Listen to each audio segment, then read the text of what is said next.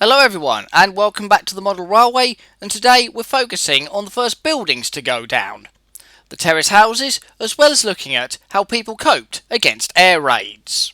With war on the horizon, the UK government started to issue leaflets across the country regarding air raids.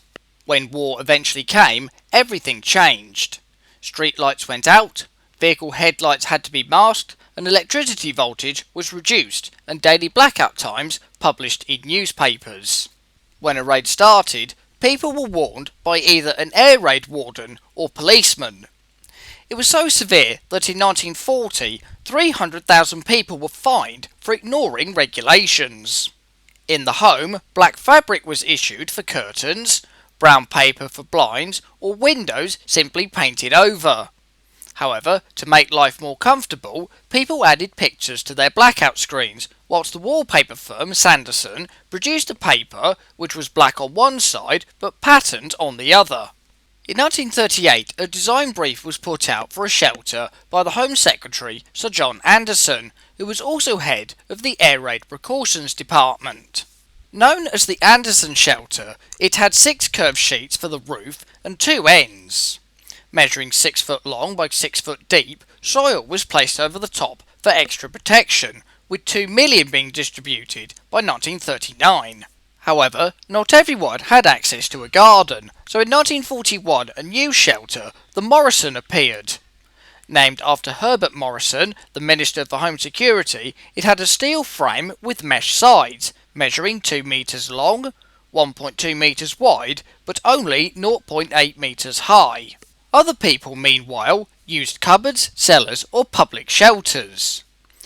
Contrary to belief, the use of the underground wasn't official, but became more manageable after the introduction of a ticketing system.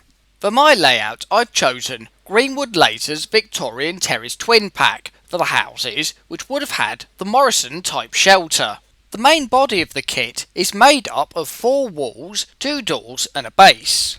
There is also an outbuilding around the back of the model. The first thing to paint are all the details.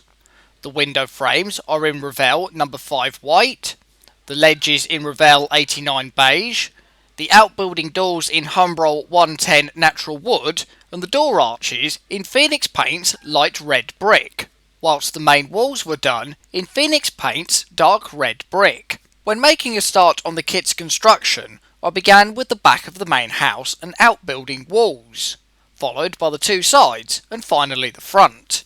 Next, the windows were cut using a sheet of acetate.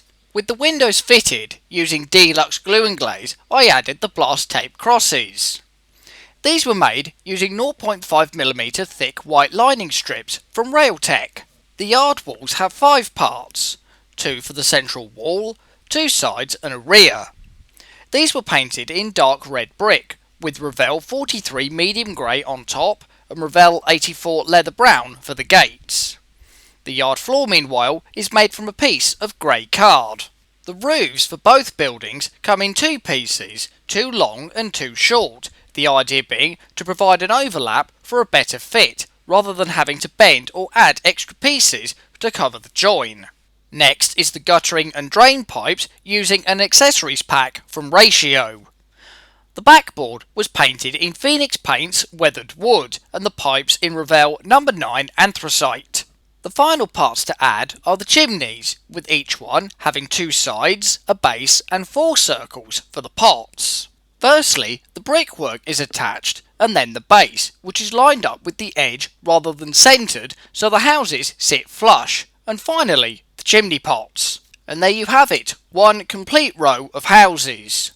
I've also added a second row, painted in Tamiya XF9 Hull Red, to add a little difference in the shades of red. A couple of other changes include repainting the chimneys in Revell 83 Rust to make them more look like terracotta, and the door arches in 89 Beige so that they match the window surrounds. The pavements are also from Greenwood Laser and painted in Revell 43 medium grey along the curbstones and rear, but with self-adhesive pavement strips from Art Printer. So that was how I built my houses. Hope you've all enjoyed the video, and if you haven't already, why not subscribe and watch the layout grow. Take care everyone, and I'll see you all for the next part of this project. Bye for now.